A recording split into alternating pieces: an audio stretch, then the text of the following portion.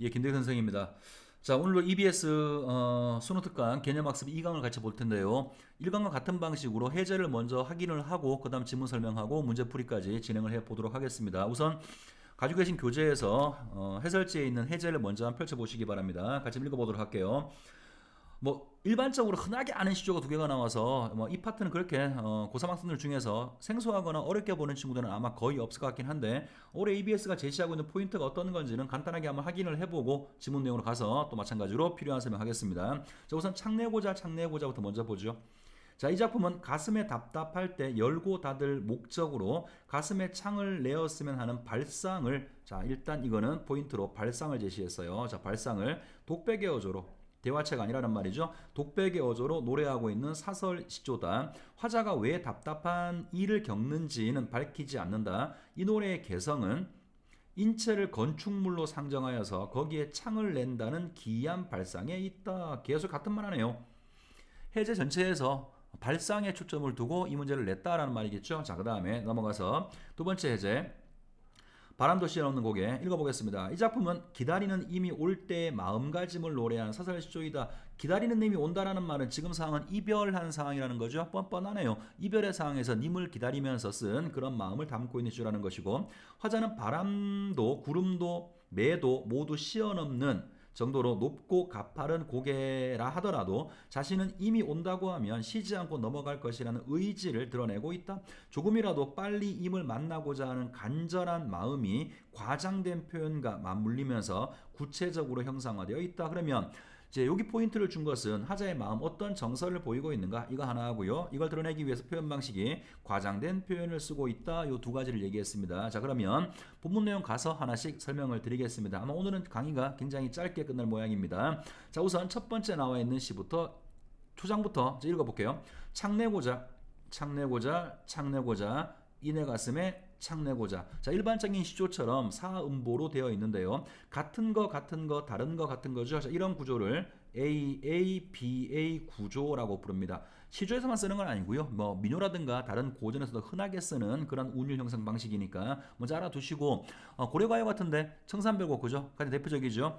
사러리 났다 AA, 청산에 사러리 났다 BA. 그래서 AABA 구조가 여기도 하나 사용이 됐습니다. 자, 그 다음에 창을 낸다, 내 가슴에 창을 낸다. 일단 발상 하나, 아까 얘기했던 것처럼 자신의 그 몸을 하나의 건축물로 생각을 하고 거기다가 창을 내겠다라고 하는 특이한 발상이 하나 보이고요. 자, 왜 도대체 내 마음속에다가 창을 내려고 하는 것인가, 거기에 대해서는 마지막 중장을 읽을 때 따로 설명을 하겠습니다. 그 다음 중장으로 가죠.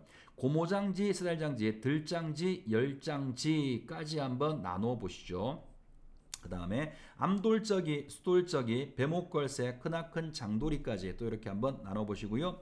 뚝딱 박아서 이 내 가슴에 창을 내고자. 자, 내 가슴에 창을 내고자라고 하는 것은 1년과 마찬가지로 반복의 방식이 사용이 됐고요. 뭐든 반복을 쓰게 되면 시에서는 효과는 두 가지로 보는 거죠. 첫 번째는 운율이 형성이 됩니다. 뭐든 반복하면. 그 다음 두 번째는 의미를 강조할 수 있겠죠. 내 가슴에 창을 낸다라고 하는 건 그게 아직까지 어떤 의미인지 정확히 알 수 없지만 그 부분을 강조할 때 쓰는 것이니까 이런 반복을 통해서 운율도 형상화되어 있고 그 다음에 의미도 강조되고 있구나 확인할 수가 있습니다. 그럼 다시 한번 돌아갈게요.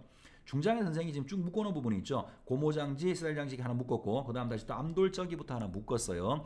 이게 보통 그 어떤 선생님들은 이게 뭐 어떤 창문이다 PT까지 튀어가면 다 설명해주고 이게 어떤 연장이다 다 얘기해주는데 수능에서는 1도 의미 없는 지들입니다. 이렇게 아시면 돼요. 고모장지부터 시작해가지고 열장지까지는 뭐냐면 하자가 알고 있는 창문, 자기가 알고 있는 모든 창문의 종류를 나열하고 있는 겁니다. 그 다음에 두 번째 묶었던 부분 암돌적이부터 마지막 그 장돌이까지, 이거는 뭐냐면 이러한 창문을 만들 때 사용하는 연장들을 쭉 나열하고 있는 것이지 하나하나 알아두는 건 1도 의미가 없는 거니까 그런 짓 하지 마시고요.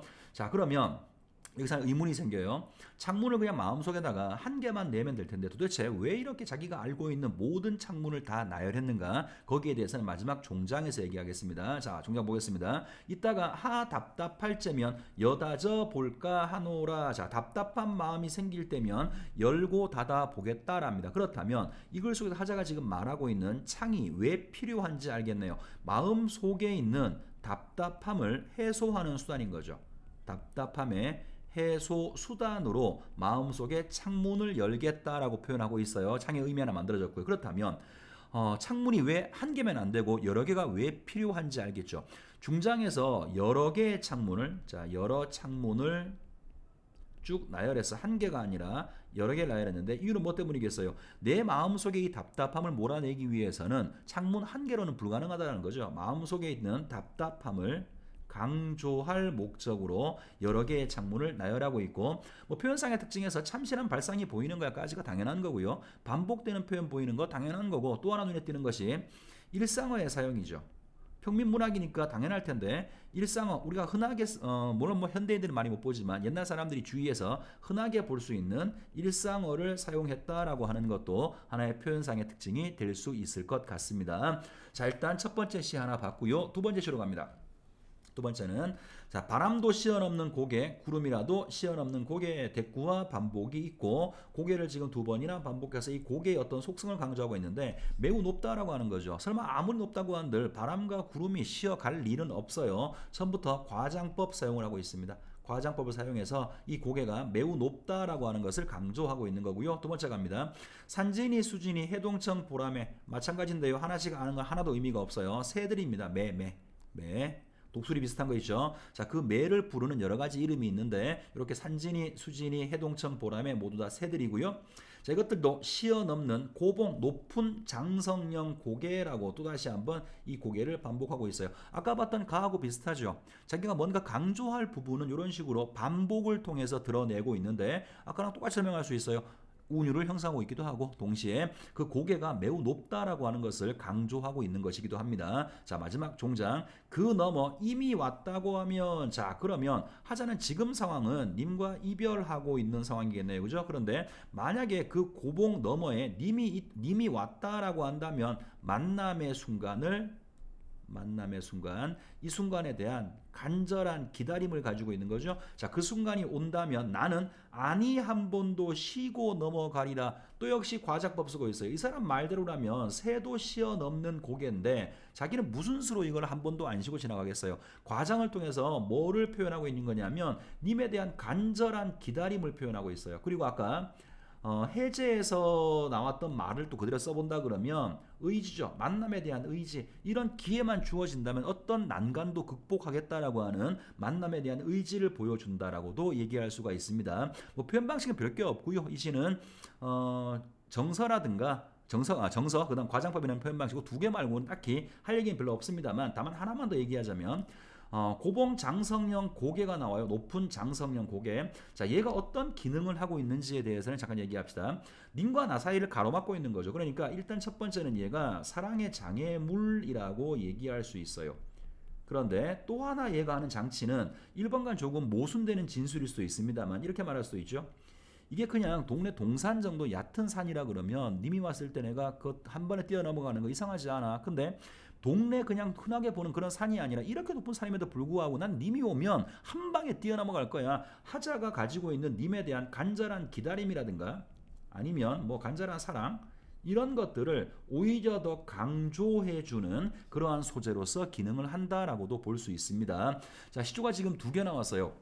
가나 모두 다 서두에 말씀드린 것처럼 1학년, 2학년 때 흔하게 보던 시조들이니까 고3 학생들 중에서는 이거 딱 보고 뭔 소리지 아무도 없을 거예요. 쉽게 보는 시조인데 또 역시 마찬가지로 이게 뭘 또 보여주는 거냐면 매년 그러하긴 합니다만 올해 그 수능에서도 고전 운문 가운데 1순위로 여러분들이 정리하셔야 될 건 시조 파트거든요. 시조와 가사 지금 흔하게 나오니까 그런 시조 중에 하나를 지금 미리 보여준 거니까 이 시조뿐 아니라 이 시조들처럼 사설 시조 가운데서 흔하게 보던 것들이 있을 거예요. 역시 그것도 기회가 되시면 한 번 정도 정리해둘 필요는 있어 보입니다. 자, 문제로 갈게요. 자, 1번은 가의 표현상의 특징. 자, 표현상의 특징을 묻습니다. 옳지 않은 거. 자, 1번 초장에서는 첫 번째 줄 초장에서는 불완전하게 종결되는 문장의 반복으로 율격을 형성하고 있다. 자, 주어 목적어 서술어 정확히 있지 않죠? 불완전한 문장 맞고요. 반복 쓰고 있고 반복을 쓴다면 당연히 운율이 만들어지겠죠. 자, 2번은 중장에서는 서로 연관성 있는 사물들을 열거하여 창문의 종류 쫙 열거했고 그 다음은 그 창문을 만드는 연장들을 쭉 나열했으니까 연관성 있는 사물들의 열거 문제 없고요. 운율을 조성하고 있다. 자, 이것 쭉 열거함으로 인해서 마찬가지로 또 운율이 만들어지는 거고요. 자, 세 번째. 초장에서는 반복적 구절을, 중장에서는 다시 반복하여 창문을 만들고 싶다, 창을 내고자라는 말을 다시 한번 반복해서 주제를 강조하고 있다. 1, 2, 3번 다 말씀드렸던 거고요. 자, 4번. 초장 및 중장에 화자가 질문하고 종장의 화자가 대답하는 형식, 웃기는 소리고요. 이 말이 맞다면 자문자답, 대화체 형식을 취한다는 말인데, 보다시피 독백체, 혼자 하는 말이죠. 독백체를 쓰고 있으니까 4번처럼 자기가 묻고 자기가 답하는 자문자답의 형식하고는 전혀 어울리지 않고 어조가 독백체를 사용하고 있다라는 거고요. 자, 5번은 초장과 중장에서는 소망을, 중장에서는 그 이유가 제시되어서, 소망 어떤 거죠? 창문을 내고 싶다. 중장에서 왜? 내 마음속에 답답함을 빼내기 위해서. 자, 한마디를 더 말씀을 드리면, 지금 우리가 봤던 가는 창내고자 이시고요. 그 다음에 혹시 글씨 본 적 있어요? 한수마 새한수마라고 시작되는 시? 한수마 새한수마. 아마 기억나는 사람들이 있을 텐데 혹시 기억이 안 나시면 검색해서 한번 찾아보시기 바랍니다. 한수마, 새한수마 이렇게 시작해요. 둘 다 좀 비슷합니다. 두 번째 나오는 이 한수마, 새한수마라는 것은 한숨이 내 마음속으로 들어올까봐 하자가 걱정하는 모습이거든요. 이 두 가지 비슷한 내용인데 어떻게 발상이 다르냐 하면, 창을 내고자는 내 마음속 안에 답답함이 있는 거고 내 내면 속에 답답함이 있어서 그것을 밖으로 꺼내려고 하는 거고요. 한수마 새한수마라는 요시에서는 나한테 한숨을 짓게 만드는 근심거리가 나의 외부에 있어. 그 외부에 있는 근심이 내 내면으로 들어오지 못하도록 막아내는 거라서 같은 내용인데 그 근심의 어떤 대상이 내면에 있는가 외면에 있는가라고 하는 어떤 다른 발상을 보여주는 것이기 때문에 이 두 가지 같이 한번 비교해 보시는 것도 도움이 될 것 같아요. 자, 그 다음에 2번 문제로 갑니다. 기억의 의미에 대한 이해다. 가장 적절한 거. 자, 고봉 장성령 고개가 어떤 의미를 갖느냐는 건데 1번을 보시면 화자 곁으로 오지 않는 이미 화자에게 내세운 핑계이다. 이미 어떻게 말한지는 전혀 확인할 수가 없죠. 그죠? 자, 그다음 2번은 화자로 하여금 임과의 재해를 단념하게 하는 게 아니고요. 아무리 높다고 해도 무조건 오면 간다 이런 거니까 단념이 아니라 오히려 의지를 강조하는 거고. 자, 3번은 소식이 끊어진 임에 대한 하자의 심리적 단절감을 표상하는 자연물이다. 심리적 단절감, 글쎄 나는 하자와 절대로 인연이 닿을 수 없어, 하자의 소식을 알 수 없어, 이딴 것들은 글 속에 전혀 나오는 바가 없어요. 오히려 님이 그 다음 봉우리 맞은편에 님이 올 거라고 지금 믿고 얘기를 하고 있는 거잖아. 님이 거기에 온다면 나는 건너가겠다라는 거니까 님과 단절감을 강조하는 게 아니에요. 오히려 기대하고 있는 거고요. 자, 4번은 임과의 재회에 대한 하자의 간절한 염원을 부각하기 위해, 그렇죠, 간절한 염원, 아무리 높아도 난 한 방에 간다, 간절한 염원을 부각하기 위해 설정된 장애물이다. 그래서 하자의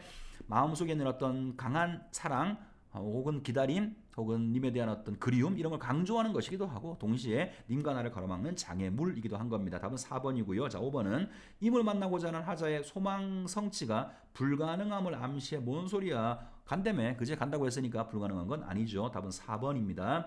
자, 그 다음에 3번 문제는요, 보기의 가와 나에 대한 설명이다. A와 B에 대한 적절한 말을 작품에서 찾으라고 했는데, 보기를 보시면 글 속에 등장하는 결핍의 정서하고요, 충만함의 정서, 이걸 충일이라고 불렀네요. 두 가지 어떤 서로 상반되는 정서, 부족한 정서, 결핍, 충만해 있는 충일의 정서, 이 두 가지가 어떻게 표현되어 있는지가 설명되어 있는 건데요. 저는 굳이 읽으면서 설명할 만한 그런 문제는 아닌 것 같아요. 여러분 끝나고 나면 여러분들 한번 읽어보시고 어떤 내용인지 이해해 두시면 좋겠습니다. 자, 흔하게 하는 사설시조가 2개 나와서 오늘 강의는 매우 빨리 끝납니다만 어쨌든 간에 쉬운 거지만 쉽게 생각하지 마시고 정확하게 머릿속에 차곡차곡 넣어 가시면서 수험생활을 준비하시면 좋겠습니다. 자, 수고 많았습니다.